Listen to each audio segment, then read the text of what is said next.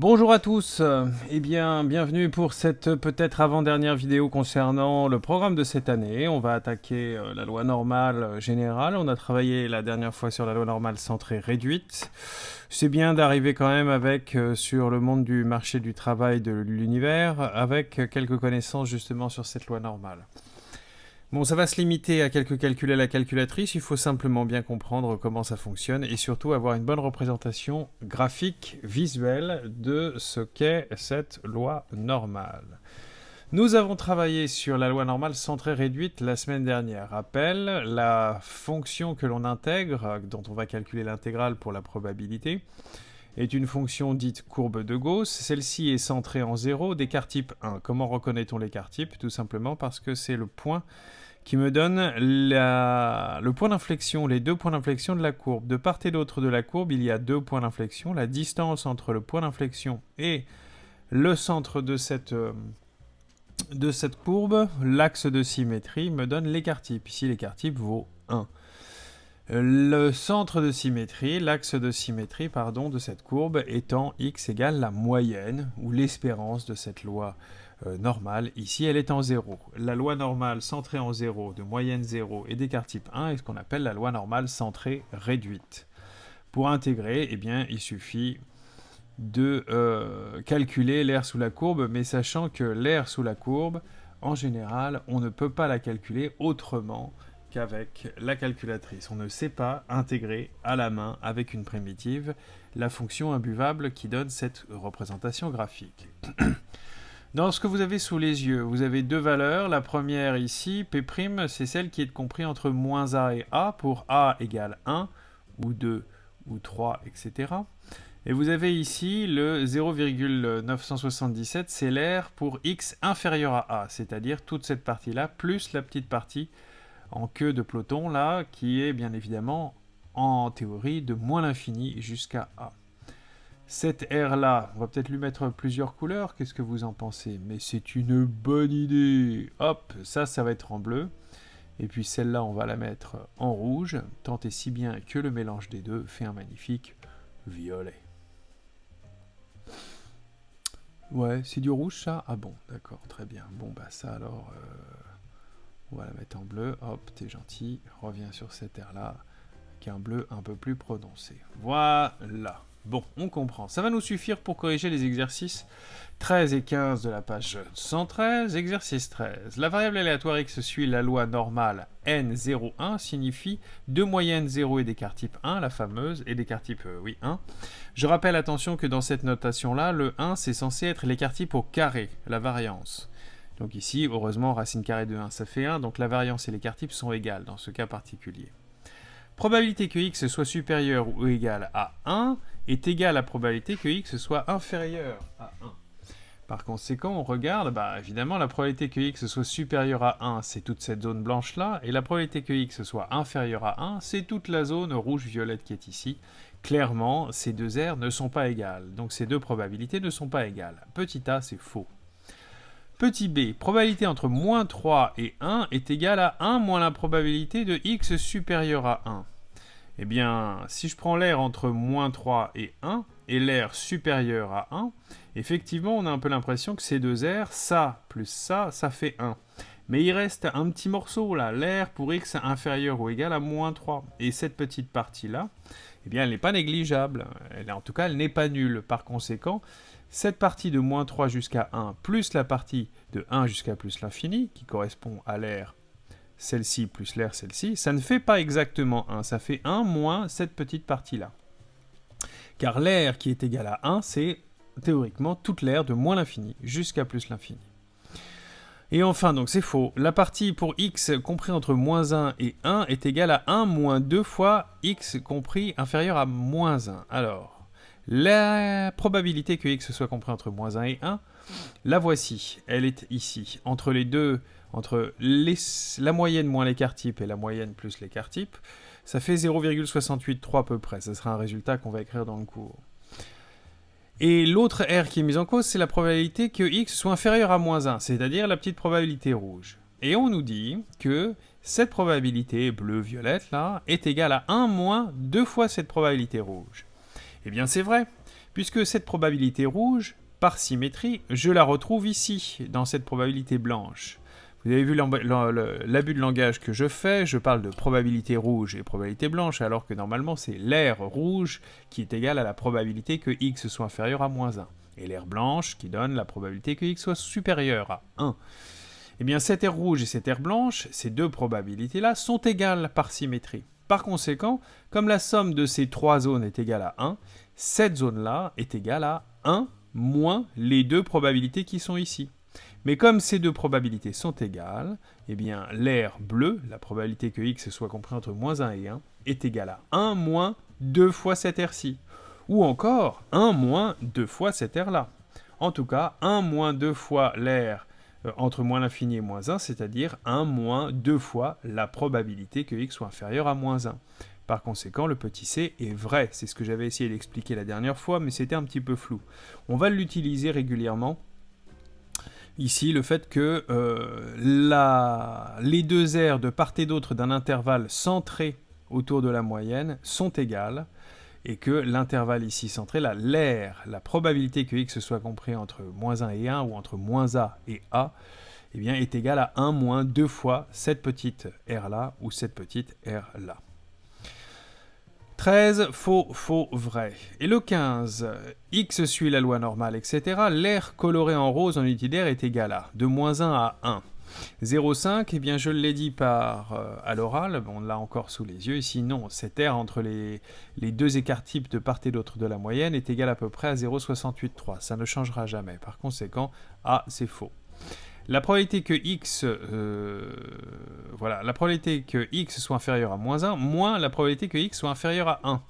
Regardons, la probabilité que x soit inférieur à 1, c'est toute la zone rose plus la zone blanche ici.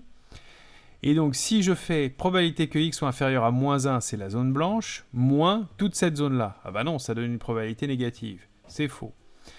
1 moins 2 fois la probabilité que x soit supérieur à 1, eh bien on retrouve la même probabilité, la même propriété que dans le 13, c'est vrai.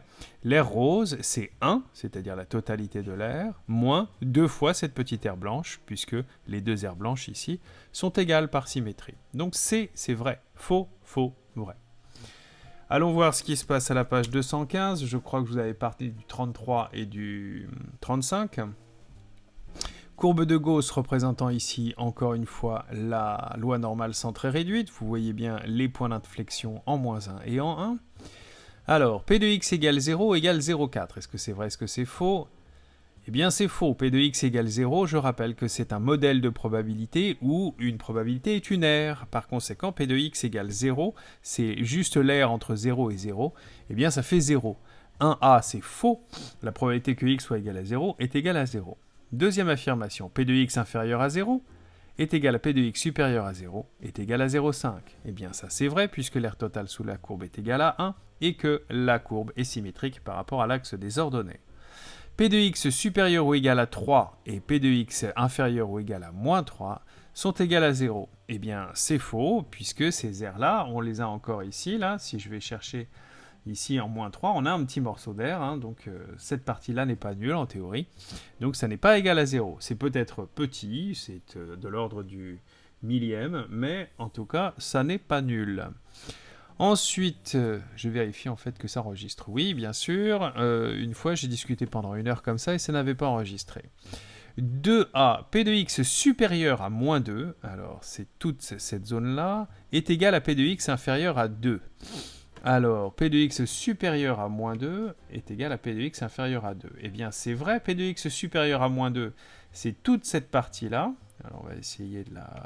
Ah oui, non, il ne veut pas, c'est là, il faut que je change. Voilà. Supérieur à moins 2, c'est l'aire violette plus l'aire blanche.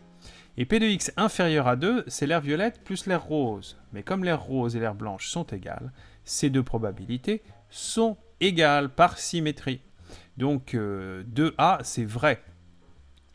P de x compris entre moins 2 et 1 est égal à P de x compris entre 1 et 2. Eh bien, c'est vrai. Entre moins 2 et 1, on a cette partie de la courbe. Ici, je ne peux pas la tracer, mais c'est ça, moins 2 et 1. Et la probabilité que x soit compris entre 1 et 2, c'est celle-ci. Et par symétrie, les deux aires sont égales. Les deux probabilités sont bien égales. 2a, c'est vrai. 2b, c'est vrai. Et la probabilité que x soit compris entre moins 2 et 2 est égale à 1 demi moins, pardon, 1 moins 1 demi de probabilité de x supérieur à 2. Eh bien, c'est faux. C'est 1 moins 2 fois la probabilité que x soit supérieur à 2. C'est toujours la même propriété qu'on a observée déjà 2 fois. À l'aide de la calculatrice, indiquez les bonnes réponses. Alors là, vous n'aviez pas la calculatrice pour pouvoir le faire. Allez, on va regarder ça. P de x inférieur ou égal à 1. Vous pouviez le faire en fait avec juste l'idée que P de x inférieur ou égal à 1, 0,841, oui, 0,84 à peu près. X compris entre 0 et 1, 0,84. C'est faux. Entre 0 et 1, c'est forcément une aire qui est plus petite que 0,5 unité d'air. Donc la probabilité ici ne peut pas être égale à 0,84. P de x supérieur à moins 1 est égal à 0,84, c'est vrai. Si A est vrai, c'est vrai par symétrie. Et si P de x est inférieur ou égal à A, égale 0,90, alors A est égal à 0,84. Eh bien, allons voir. Tenez, alors là, c'est le contraire, c'est ce qu'on va faire aussi à la fin de cette leçon. Déterminer la valeur de la borne supérieure pour que j'ai ici 0,90. Alors, 0,90, je descends. Hop, on est à peu près là, 0,9. On voit que la valeur de A est à peu près aux environs 2, c'est de la lecture graphique, 1,1, 1,2. Bah oui, mais malheureusement, ça n'est pas du tout A égale 0,84. Si je me mets en A égale 0,84, quelque chose par là, la probabilité est plutôt de l'ordre de 0,78. Bien, tout ça c'est de la lecture graphique. Maintenant, on va essayer de faire ça par le calcul. Alors, il y a la 35 aussi. La variable x suit la loi normale centrée en 0, d'écart type 1. Compléter les étiquettes par les probabilités, enfin de variance 1, mais l'écart type étant égal à la racine carrée de la variance, ça fait 1. Compléter les étiquettes par les probabilités égales aux aires des domaines indiqués par la flèche. Alors, en bleu, eh bien, c'est la probabilité que x soit de moins l'infini jusqu'à 1. Donc, en bleu, c'est la probabilité que x soit inférieur ou égal à 1.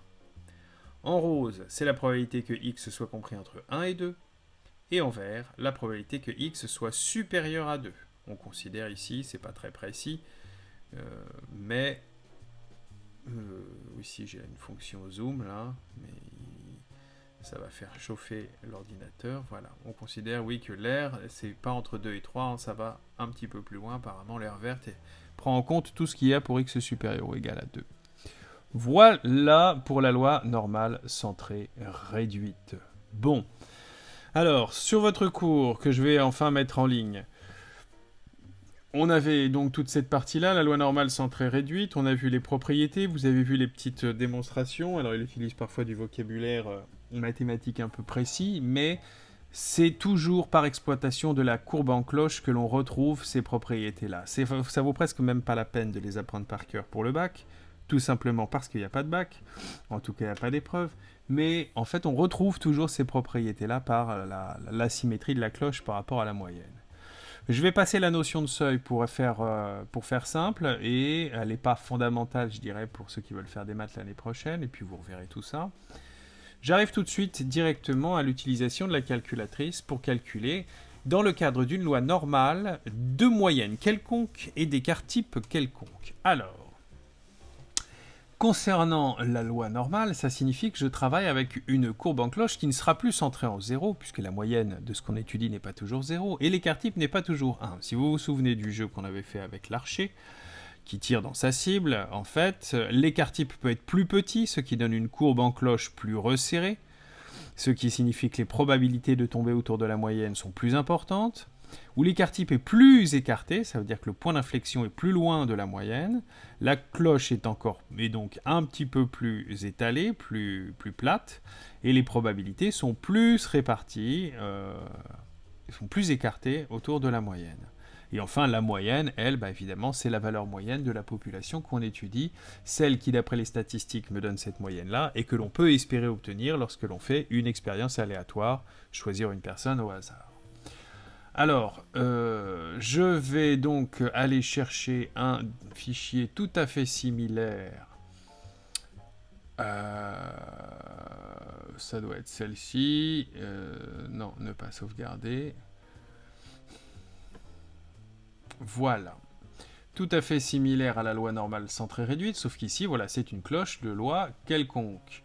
L'écart type, si j'agrandis mon écart type, vous voyez que la cloche est plus plate. Si l'écart type est plus resserré, vous voyez que la cloche est plus resserrée. Et enfin, cette cloche peut être centrée en n'importe quelle valeur moyenne. Ici, vous obtenez 2,6, 2,8, 3, etc., etc. On a plusieurs types de cloches. Alors, je vais me plonger dans une situation très simple. Voici l'exemple que je vous propose d'étudier pour étudier une loi normale quelconque. La moyenne de la taille des hommes en France est de 1,78 mètres. C'était les valeurs de l'Institut de l'INSEE il y a quelques années. Je pense que ça n'a pas beaucoup bougé. On choisit un homme au hasard dans la population et on note X sa taille.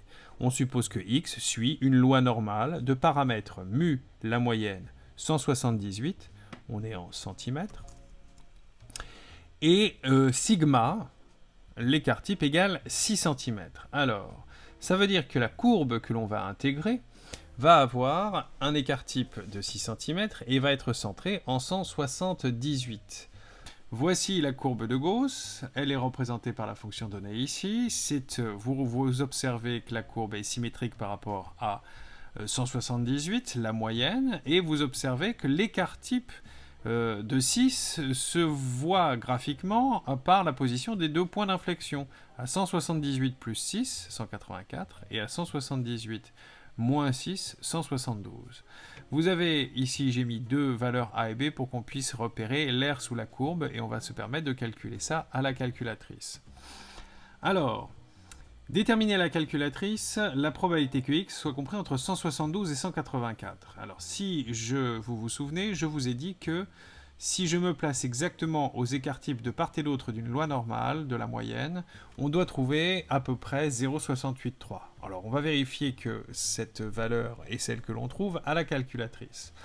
Comment calculer une loi normale à la calculatrice? Je vous ai mis deux liens avec les TI et les Casio. Je peux vous montrer sur la Texas Instruments. Je ne peux pas vous montrer avec la Casio parce que je n'ai pas d'émulateur Casio. Ils le gardent jalousement. Ils n'en font pas. Ça coûte très cher. Enfin bref, tant pis pour eux. Pour la calculatrice TI, je dois avoir mon simulateur quelque part, qui n'a pas disparu. Ah bah si, il a disparu. Voilà, le voici. Merci. Ah, il en faut se battre dans cet ordinateur. Alors, vous allez aller dans Distrib. Distrib, ça signifie Distribution, en anglais, loi de probabilité. On va dans Distribution, et on a plein de choses. Normal FDP, normal FREP, frac normal, etc. Alors nous, ce qui va nous intéresser, c'est normal FREP. FREP signifie fonction de répartition. Pour votre culture, la fonction de répartition, je vais mettre ça à côté de la courbe, merci. La fonction de répartition d'une variable aléatoire, c'est la fonction qui a une valeur associée toute l'aire qui est en dessous. C'est-à-dire la probabilité que x soit inférieur à petit a. À toute valeur a, ça va me donner l'aire de la probabilité que p de x soit inférieur ou égal à a. Alors on va regarder la fonction de répartition. Elle peut aussi me donner parfois l'aire entre deux points. On va voir ce qu'il m'offre. Je vais aller à 2. On y va sur 2. Borne inférieure, borne supérieure. Ah, ça, il est gentil parce qu'il va me permettre de calculer l'aire entre deux bornes. Borne inférieure, borne supérieure. Il va bien sûr falloir que je précise la moyenne et l'écart type. Ici, ma borne inférieure, c'est 172. On y va, 172. Merci. La borne supérieure, 184, si je ne m'abuse. Tout à fait. La moyenne, 178. Et l'écart type, 6. Il me fait coller, coller, ça veut dire qu'il me note ici 172, 184, 178, 6. Pour ceux qui n'ont pas cette calculatrice-là et qui ont une Texas quelconque, eh bien, vous allez chercher toujours dans Distrib, normal FREP, et vous tapez normal fonction de répartition, la borne inférieure, la borne supérieure, 178 la moyenne et l'écart type avec des virgules. Attention, c'est la virgule au-dessus du 7, c'est pas la virgule, le point décimal. Normalement, il me donne, voilà, 0,68226, 0,6826, soit 0,683, à peu près 0,683. Ça correspond bien à la propriété que l'on va admettre et que l'on va écrire dans le cours, que pour mu moins sigma et mu plus sigma, la valeur de la variable, si la variable aléatoire est comprise entre mu moins sigma et mu plus sigma, l'aire sous la courbe, la probabilité est à peu près égale à 0,683. On va pouvoir donc remplir déjà cette première partie du 0,683. Je vais virer les points de suspension. Et c'est normalement en toute rigueur à peu près égale à, je vois pas pourquoi tu me mets un truc, voilà, on va y arriver. J'adore Word, ça fait absolument jamais ce qu'on veut. Voilà, merci. Probabilité que x soit inférieur à 178. Ben ça, est-ce qu'on a vraiment besoin de la calculatrice? Ben non, la probabilité que x soit inférieur à 178, c'est toute cette partie-là de la courbe, pour a jusqu'à moins l'infini. Et ça, on le sait, par symétrie, puisque l'air sous la courbe vaut 1, c'est exactement égal à 0,5. Allez, enlève-moi ça, 0,5. Ensuite, probabilité que x soit inférieur à 180. Comprenez quelle est la probabilité qu'un homme pris au hasard dans la population française mesure moins d'1,80 m. Vous observez que inférieur ou égal, c'est la même chose, puisque P de x égale 180 est en théorie égal à 0 dans notre modèle. Inférieur à 180, eh bien c'est tout ceci. Le problème, c'est que la calculatrice me demande une borne inférieure. Or, moi, je ne veux pas de borne inférieure. Je veux moins l'infini jusqu'à 180. Alors, cette calculatrice, on va ruser et on va lui donner, on retourne dans ma distribution et on va lui donner une borne inférieure. Toujours normal FREP, Bloom, tac, quand tu veux, merci. Et la borne inférieure, en fait, on va la prendre infiniment petite. Alors, ce que certains prennent en général, c'est moins 10 puissance. Alors, elle est où ma puissance? Elle est là. 99. Qu'est-ce que ça veut dire? C'est moins milliards de milliards de milliards de milliards. Bon, on n'est pas obligé d'aller aussi loin parce qu'on voit que en fait, ça devient très vite négligeable autour de 140, 100, etc. Mais comme ça, on est sûr. On prend une borne inférieure qui simule, entre guillemets, l'infini de la calculatrice. C'est un peu vulgaire ce que je suis en train de dire, mais c'est comme ça. La borne supérieure, c'est 180, et toujours avec la même moyenne et le même écart type. Et si je lui demande de me calculer, ça va me faire erreur de syntaxe. J'adore ça. Oh, que j'adore ça. C'est ce moins-là. Ah oui, c'est le moins, il n'aime pas, il veut le moins comme celui-là. Mon Dieu. Bon, c'est parti. Allez, tu me fais mon calcul. 63%, 0,63. Ici, l'air entre A et B, enfin l'air entre moins l'infini et B, pardon, correspond à 0,63. Ok, 0,63, on comprend donc ici que c'est à peu près égal à 0,63. On enlève ça. 63% de la population mesure moins d'1,80 m.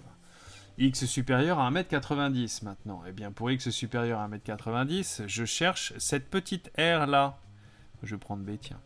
Je cherche l'air pour l'intégrale entre 190 et, entre guillemets, plus l'infini. Mais comme la calculatrice me demande une borne inférieure et une borne supérieure, eh bien, on va ruser de la même manière. Je retourne voir ma distribution. Alors, pour certaines calculatrices, ça peut changer. La forme peut changer, mais vous vous adaptez. Hein, vous comprenez, en général, c'est assez facile à comprendre. Non. 190 pour la borne inférieure. Et la borne supérieure, eh bien, je vais simuler le plus l'infini avec la même chose. 1 10 puissance 99. Positif, bien sûr. Toujours 178, toujours 6. Collé. Merci. Et normalement, tu me donnes 0,02, 0,022, 0,023, plus précisément. La probabilité qu'un homme pris au hasard mesure plus d'1,90 m est de 0,023. 2,3% des hommes mesurent plus d'1,90 m. Est-ce que c'est encore le cas? Je ne sais pas. Ces statistiques ne sont pas trop vieilles quand même. 0,023 pour la rigueur de nos calculs, on va mettre à peu près égal. Voilà comment fonctionne une loi normale. C'est pas très compliqué, franchement. Il suffit de voir la courbe, il suffit de rentrer tout dans sa calculatrice et on s'en sort très bien. Quelques résultats à connaître par cœur, les résultats, je les ai mis après, on va parler de B la réciproque, résultats usuels. Si vous êtes autour de mu et vous êtes à l'intervalle moins sigma plus sigma, dans l'occurrence ici, ce qui m'intéresse, c'était la 172-184, plus ou moins une fois sigma, vous pouvez utiliser directement le résultat que c'est à peu près 68,3%. Et ça marche pour tous les mu et pour tous les sigma. Un autre résultat, c'est si je suis à 2 fois sigma. Alors 72, ça va faire 166, et puis 84, ça fait 190. Ici, autour de la moyenne, à plus ou moins 2 sigma, eh bien, vous observez que l'air sous la courbe sera toujours la même, vous observez rien du tout, mais je vous le dis, l'air sous la courbe sera toujours la même, et elle est à peu près égale à 95,4% de probabilité. Et enfin, si vous êtes à plus ou moins 3 sigma, alors 156 ça va faire 150, 166 ça fait 160, pardon, et 190 j'arrive à 196, voilà, là je suis à mu plus ou moins 3 sigma, il y a un petit morceau d'air ici, un petit morceau d'air là qui reste, c'est comme le moins 3 et le plus 3 tout à l'heure de notre loi normale centrée réduite, c'est quasiment la totalité de la population qui est représentée ici. C'est pas exactement la totalité de la population, puisque ce calcul est égal à peu près à 0,997, 99,7%. On a quand même une petite partie là ici qui n'est pas nulle. Voilà, à plus ou moins sigma, j'obtiens 68%, à plus ou moins 2 sigma, 95,4%, et plus ou moins 3 sigma, 99,7%. Ce sont trois résultats qui sont très souvent utilisés dans les études statistiques et même dans l'industrie. Voici ce que je vous propose ce sur quoi je vous propose de travailler pour je dirais oui la prochaine fois, parce qu'on va quand même se faire une petite séance après d'exercice. Vous avez en ligne le document que vous avez sous les yeux. Ce sont des exercices que j'avais regroupés concernant la loi normale. Vous pouvez presque tous les faire parce qu'il nous reste encore un dernier point à développer. À vous de vous amuser avec tous ces exercices sur la loi normale. Vous pouvez les faire dans l'ordre que vous voulez. Il n'y a aucune restriction. Après, il y a marqué intervalle de confiance et de fluctuation. Je ferai un très rapide cours là-dessus et vous expliquer en quoi c'est utilisé dans l'industrie. Donc ces exercices-là, vous les laissez de côté pour l'instant, mais pour le reste, vous pouvez le faire. Vous pouvez le faire grâce à ce dernier point de cours qu'on appelle les calculs réciproques ou inverses de la loi normale. Voici la question que l'on se pose. Bon, vous pouvez maintenant faire un calcul de loi normale avec la calculatrice. Maintenant, la question est souvent posée dans l'autre sens. Je veux déterminer dans ma loi normale, où qu'elle est, elle est là, merci, tu t'en vas. Je veux déterminer, non pas une probabilité, mais je veux le contraire. Tiens, je veux déterminer pour quelle valeur, ici, je vais prendre A. Pour quelle valeur de A, l'air sous la courbe de moins l'infini jusqu'à A, la probabilité que x soit inférieur à A est égale à pile 0,90. Pour quelle valeur de ce A, la probabilité comprise entre moins l'infini et A est égale à 0,90. En gros, dans le contexte, pour quelle valeur ici de A, la probabilité qu'un homme mesure moins de A est égale à 90%. Pour quelle valeur je retrouve 90% de la population des hommes inférieure ou égale à cette taille. Alors, pour ça, il va falloir utiliser la calculatrice dans l'autre sens, c'est-à-dire non pas lui donner les bornes et elle me donne la probabilité, mais lui donner la probabilité et elle me donnera une borne supérieure. Alors, on y va, elle est là ma calculatrice. Pour ceci, je vais utiliser, toujours aller dans distribution, mais cette fois-ci, je vais utiliser ce qu'on appelle frac normal. Pour les Casio, c'est inverse CD. CD, en anglais, c'est Cumulative Distribution. Cumulative Distribution. Et ce Cumulative Distribution, ça signifie fonction de répartition. Ici, frac normal, ou inverse CD pour les Casio, j'y vais. Et regardez, il me demande l'air. Je rappelle que l'air, c'est la probabilité. La probabilité que je veux, c'est 0,9. Ok. Je continue à entrer maintenant ma moyenne, 178. Et mon écart type, 6. Et je colle. Et que me retourne-t-il? Il me retourne 185,7. Que faut-il comprendre? Il faut comprendre que 90% de la population mesure moins de 185,7 cm.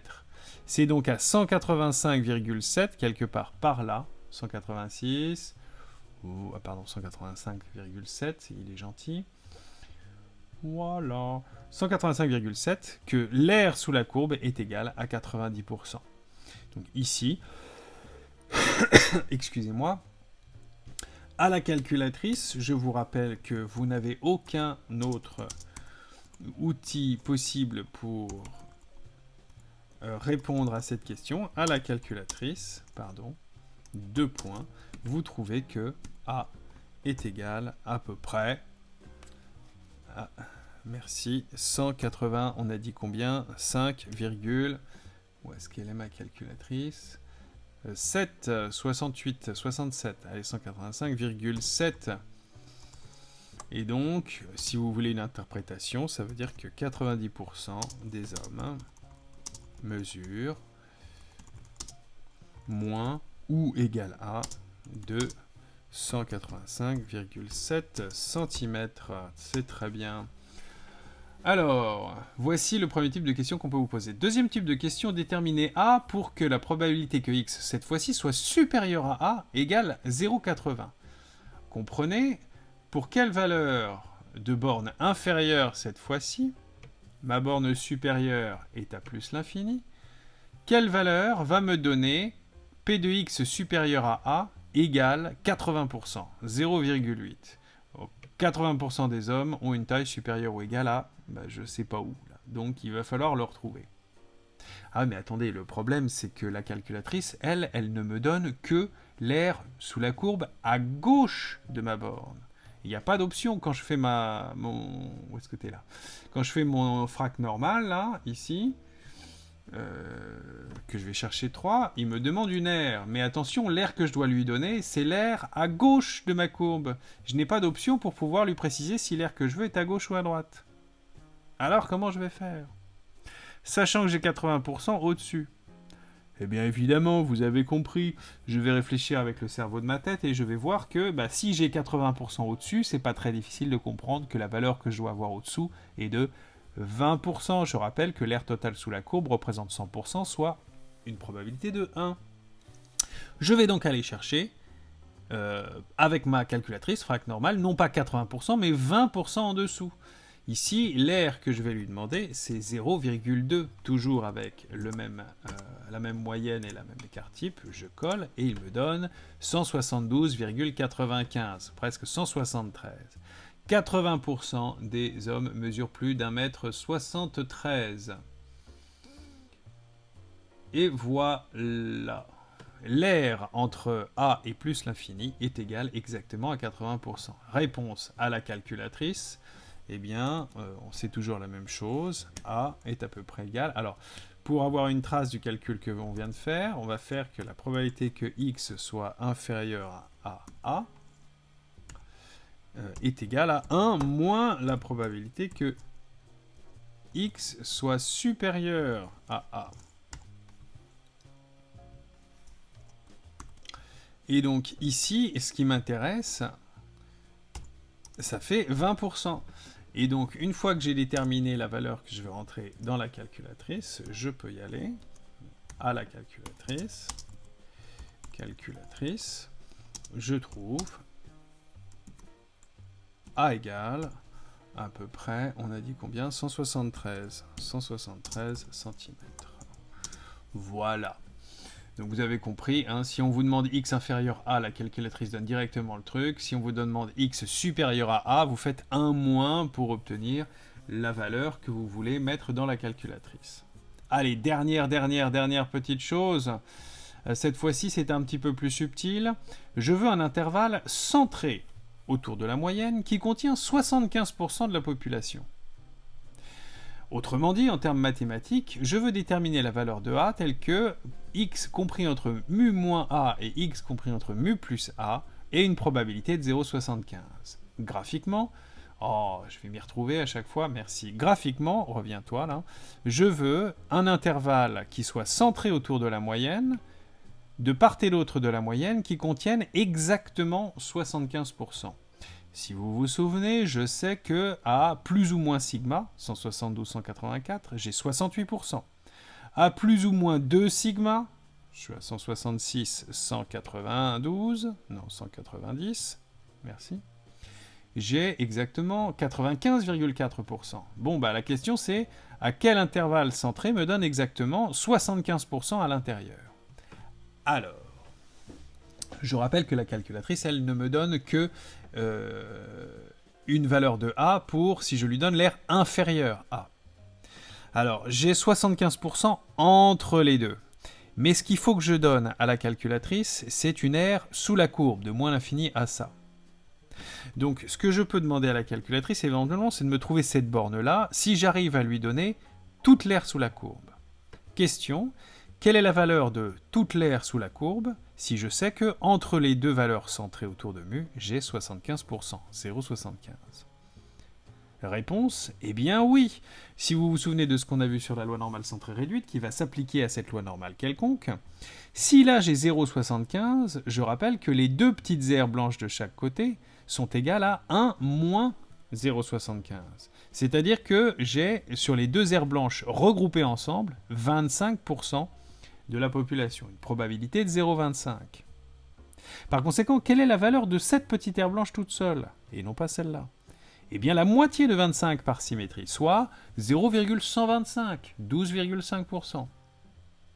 Par conséquent, la borne qui est ici, l'aire qui est sous cette borne est égale à 75% plus la moitié de ce qui reste, soit 12,5%, ce qui me donne 87,5%. L'aire sous toute cette courbe en dessous de B est égale à 0,875 par symétrie. Et donc, si je lui demande à la calculatrice de me déterminer la valeur de la borne supérieure pour que l'aire soit en dessous, pour que l'aire en dessous est égale à 0,875, il va me donner exactement cette borne-là qui contiendra, par symétrie, exactement 75%. Alors, je vais l'écrire, ça, parce que ça sera vraiment le dernier type d'exercice qu'on peut vous donner. Alors, ce qui m'intéresse, voilà, c'est ça. C'est que si la probabilité, donc, alors c'est mu, moins A inférieur à X, inférieur, je mets des inférieurs strictement, c'est plus facile pour moi, mais ça revient au même si je mets X moins mu inférieur ou égal, eh bien cette probabilité, elle est égale, pardon, à 0,75. Mais par symétrie, ça veut dire que la probabilité ici, alors je vais la chercher, voilà, merci, que X soit inférieur à mu moins A, elle est égale à 0,125, puisque c'est la moitié de 0,25. Donc, il est très lent, je suis désolé, c'est parce qu'il est en train d'enregistrer tout, plus la musique, etc. Donc, j'ai dit, donc la probabilité que, cette fois-ci, X soit inférieur à mu plus A, elle est égale à 0,875. C'est-à-dire que j'ai déterminé maintenant la probabilité sous la forme x inférieur a pour pouvoir utiliser la calculatrice. Et donc j'y vais à la calculatrice. Bam, bam, bam.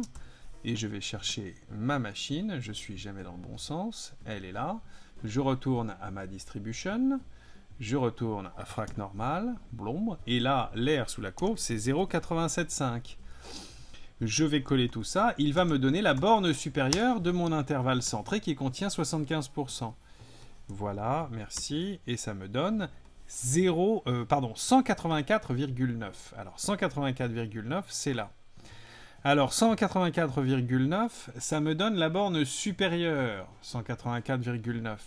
Mais il me faut la borne inférieure, et il me faut la valeur de A. Quelle est la valeur de A? A, je rappelle que c'est l'écart entre mu et cette borne supérieure. Si la moyenne est à 178, ça veut dire que le A que je cherche est à 6,9. Ainsi, à la calculatrice me donne mu plus A, voilà, qui est égal à peu près, allez, 6 mecs, je veux dire à peu près égal, excusez-moi, à 184,9. On en déduit... Je tape des codes bizarres, mais c'est pour obtenir des figures. Voilà. Il faut se battre. Hein. Non, tu reviens sur normal. On en déduit que A, justement, est égal à 6,9 par rapport à mu qui vaut 178.